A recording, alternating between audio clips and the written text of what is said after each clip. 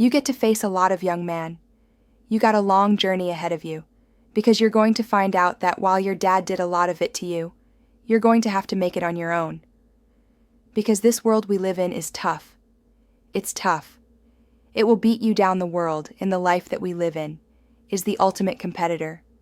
The world's tough. The world's tough. It will try to take you out. It will find your weakness, and it will just hammer you. So it's time to get back to work. Get back to work. Stop hearing yourself talk. Get off the podcast. Don't be on social media too much. Cut out all the gaga noise. Get back to the mental lab, because that's where the knowledge came from. You need to get to a point in your life where there's nothing can hurt you, because you know exactly who you are. You've faced your demons. You were able to hear all your past traumas. You were able to listen to them. You're able to say, okay, now I can talk to people about what I went through. I'm no longer embarrassed. I'm no longer ashamed. Being ashamed is one of the biggest things that kill people nowadays. In their minds, kill them from moving forward. I'm ashamed of myself. Don't ever be ashamed of anything you've done in your life. Face it, fix it. Make it better. Everything I need is in my mental lab. Everything. See you. I'm in constant study of myself, and I know what needs to be conquered because I'm constantly going through what I don't like, what I'm not comfortable with. I know, and only I can fix these problems, because I have to face these problems. Unchosen suffering is going to happen, right? So the only thing that you can do is have some chosen suffering to prepare for it. It's the only thing you can do. That's the only thing you can practice for the unchosen suffering, is have chosen suffering. Do something that sucks every day. I'm not trying to send a message of run 200 miles. Be the bad amias in the world. But be tough. You better have a part about you that's tough. A part about you that can break down situations and get better, and break down situations very quickly. Within some trauma in your life, some devastation in your life, because it's going to come. The devastation, the trauma is going to come, and you can't allow that to become a Jersey barrier.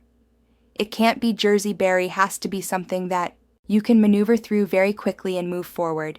That takes a lot of toughness. A lot of people, when you die, they figure out why you died. They figure out how you died in the autopsy. But we never do live autopsy to figure out why we're dying while we are alive. And I was dying, I was living every day, but I was really dead. And so I figured it out, and once I figured it out, I was able to reborn. I was able to be reborn. You must take this knowledge that you learn from all this is knowledge. So I'm just trying to give people that strength to go in the archives of your life, because while you're probably up, it's probably something happened to you in your life. Go through the archives, dig it up, study it, and then use it for yourself. That's the main purpose for me right now. You need to be better here. You need to be better here. You need to overcome this, overcome that. And people need to have purpose to get up. They need purpose to perform. You need to get to a point in your life where there's nothing on the docket. There's no 5K. There's no, I'm going to get into school to be this or that and still perform to the highest level. Because what people don't get is one day that thing is going to come up. And if you're not constantly performing without purpose, you're not going to be ready when the time comes. It's this magical thing that we're all looking for. But what's funny about it all is that we need these things to perform. But we don't take a second to realize the purpose is always there. The purpose never leaves us. Because the very purpose is, you are always the purpose. There may be another purpose like being a SEAL or going to college or whatever, but the main purpose in life is you. So if you wake up in the morning and you don't want to do something, you don't care enough about yourself. And that's what you need to really research, is why am I not doing this for myself? Because that is the number one purpose in life, is to better oneself. So that's the only purpose I fewing need. So the reason I get up every day, even though there's no race or there's no school, there's nothing in front of me, is because I have pride in myself. I was born David Goggins. David Goggins wasn't good enough. He was a scared, bullied, abused kid who struggled in life. And that kid, whenever something got tough, no matter how hard I trained, no matter how ready I was, whenever something got tough for me, David Goggin, the real David Goggin, would come out and he would quit. So I realized this over a period of time. So I had to build Goggin, and in that process, that's where I get better. I get better when I'm digging holes in the ground, when I'm waking up early knowing I don't have to do these things. That's where I get better. So it's important to stay hungry. It's important to stay hungry, but it's important more to stay humble within that hunger. So while you're hungry, a lot of people are hungry. But humility is everything. What was that story about William Crawford, the janitor? Yeah. So this guy won the Medal of Honor. So he won the Medal of Honor, and which is the highest award in the military. And this guy went to the Air Force Academy, and he was a janitor, and no one knew who this man was. He had the highest award in all the military, for heroics, saving lives, putting his life on the line, could have been killed, and he is now basically, cleaning SHS for young kids. And we can all imagine how that probably went. There's probably some, little bit of taunting here and there, and he just sat there and cleaned the. So that's why he's in my trained humility part. Because for this man to be at the level he was, and had that kind of humility to go, I'm a Medal of Honor winner, but I'm going to put that in my closet, and I'm going to pick up my broom and dustpan, and I'm going to pick up, this rag and clean for these young men. That right there is amazing for me, man. That's where you grow. That's growth. Huge growth. And also it shows that he was doing his job. He was a servant. He didn't look at himself any better than anybody else. The second you do that, you totally lost. You cannot look at yourself. Like people with me even. I always look at people. I know where you are. I know where, 'cause I've been there. That's why I help so many people out. I've never been above you. I've always pretty much been beneath you. And that's where my knowledge came from. So I know how to reach those people who are in the dungeon. Because I've been there so many times. You have to be your best self and your least motivated. And that's the tricky part about all that motivation, is just a word. You have to have these different things in your mind on where you want to go, and know that motivation is not going to get me there, because I'm not going to always be motivated. Jew said the exact same thing. He said that discipline needs motivation for breakfast, and discipline is good too, but without a clear headspace, there's no discipline. What you mean? So let's say we have a circuit breaker. Okay, and I'm loading everything up to one circuit. Just load it up. It's going to blow. And once that thing blows, man, the circuit ared up, you got to have each thing plugged into the right spot, like a crowded garage. You can't put anything in it. Once your brain is crowded, discipline is great, motivation is great. But if you can't fit in your brain because it's all encluttered with, there's no discipline. You may have it sometimes when it fits in that crowded garage of your mind, but you don't have the consistency that you need to have with that discipline. I call it mental zones. Is you're organized in your mind, so you can put that discipline. So a lot of people talk about discipline. Okay, great. Why do you fall off the wagon? Why can't I continue with this routine, going to the gym, being better, waking up early, eating the right foods? It's because maybe it's your kids, maybe it's your wife, maybe it's your job, and it's all just stuffed in your fucking brain. You don't have it compartmentalized and organized in these nice shelves. A lot of people whose brain, hey, where's my DH? Let me look. They're looking through totes, they're all up. So where am I going to put discipline in that mind? If I can't find other, you got to be able to find all these different things in your mind. Oh, I can put discipline right there. If your life is not organized, and your life being everything around you. Because it takes the piece of outside interference to clutter your whole mind. Your mind has to always be clear. That's why I meditate 2 hours every single night, because I refresh. I reorganize the garage, which is my mind, every night, so then discipline's in there. organization, everything is in this right spot. I'm waking up and I'm giving myself all this armor. So when I come out in the world, I'm ready. I'm not waking up late. I'm not rushing around. I'm not disorganized. So when I wake up, I'm ready to go. Why is the truth so important? You have to have the truth to have a starting point. And your true self is found in that very uncomfortable zone we all look for. Toughness, we all want it, but we look for it in a comfortable environment. You will not find toughness in a comfortable environment. Those of you who are listening to this, you will not find it. The only way you find it is to drown yourself in a position where you're just out of sorts, where you can't swim and you're drowning. You're drowning. Will you say, "Know what, ma'am?" That once you come face to face with who you are, you have a starting point. It's in our head saying, "You know what, man? Dude, you're not doing, you're wasting a bunch of percentage here. In this other 80% is suffering, pain, failure, self-doubt, darkness, and then a whole bunch of light.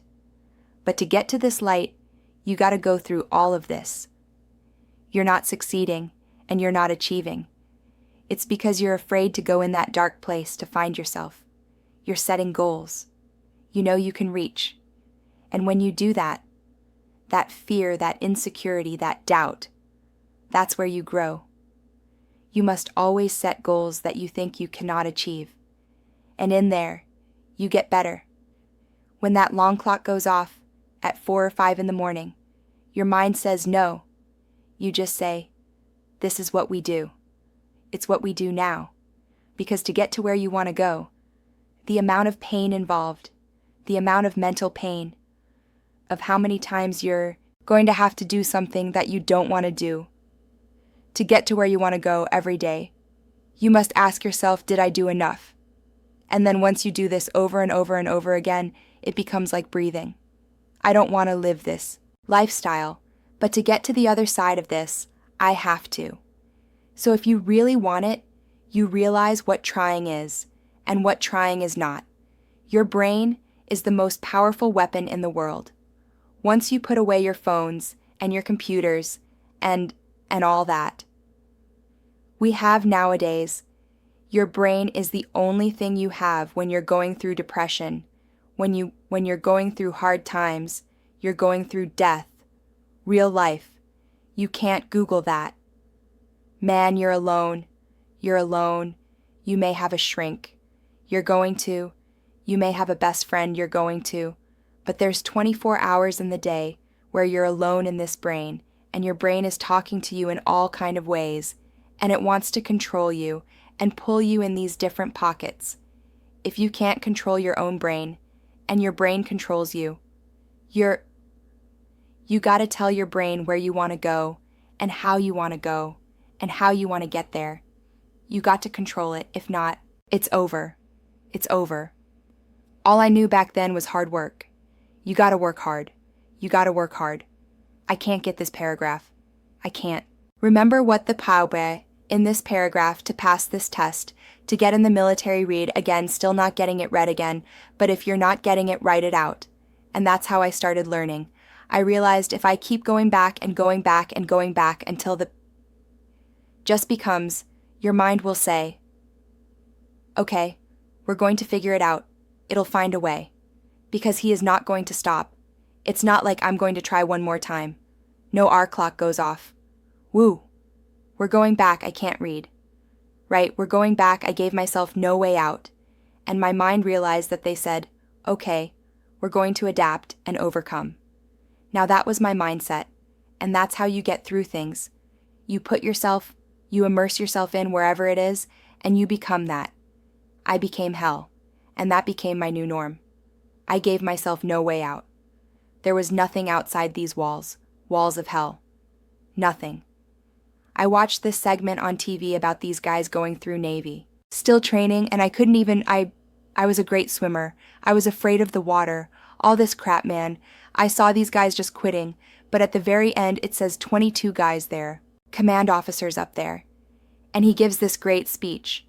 So I started visualizing me being the 23rd guy sitting there with these guys. I said, man, if I could feel that, that would change my life. And what was that feeling you wanted? So bad. Respect, accomplishment, victory. I wanted to win, not like beat somebody else. It wasn't about that.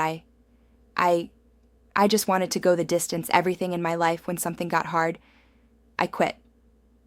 Didn't work harder than you. So I quit. Like, man, if I could just go that distance, that extra mile to just go, just to finish. I want to finish. I want to feel victory. And victory for me wasn't winning. It was just finishing. So I said, you know what? If I could feel like these guys feel, it would change my life. And literally, I started feeling victory just by putting myself in the battle. I started realizing, man, just by going to war with myself every day and putting these challenges and these goals and these obstacles, these insurmountable obstacles, now we can move from there. But if you look at it as, man, I'm broken and I'm still here and I'm fighting and I'm going to find a way to get through this because I have no other place to go. It gives you a lot of power, and no one really finds them without going through trials, tribulations, suffering accountability, and accountability is suffering. Being accountable every day for doing right. For yourself, for the people next to you. It's measurable. The more I do this, the more I gain confidence. And then the more I gain confidence, the more I realize. These Navy SEALs, these guys can't do what I'm doing right now. I had no coach, had no trainer, had no money. I didn't know how to lose weight. I had no knowledge of what I was doing. I was just working. I was just sacrificing. But I would have never found these tools if I didn't put myself in a very uncomfortable place. And your true self is found in that very uncomfortable zone. That's where he came from. He came from all these up obstacles, and now he's there. So everybody goes, how do you do that? You know exactly how to do that.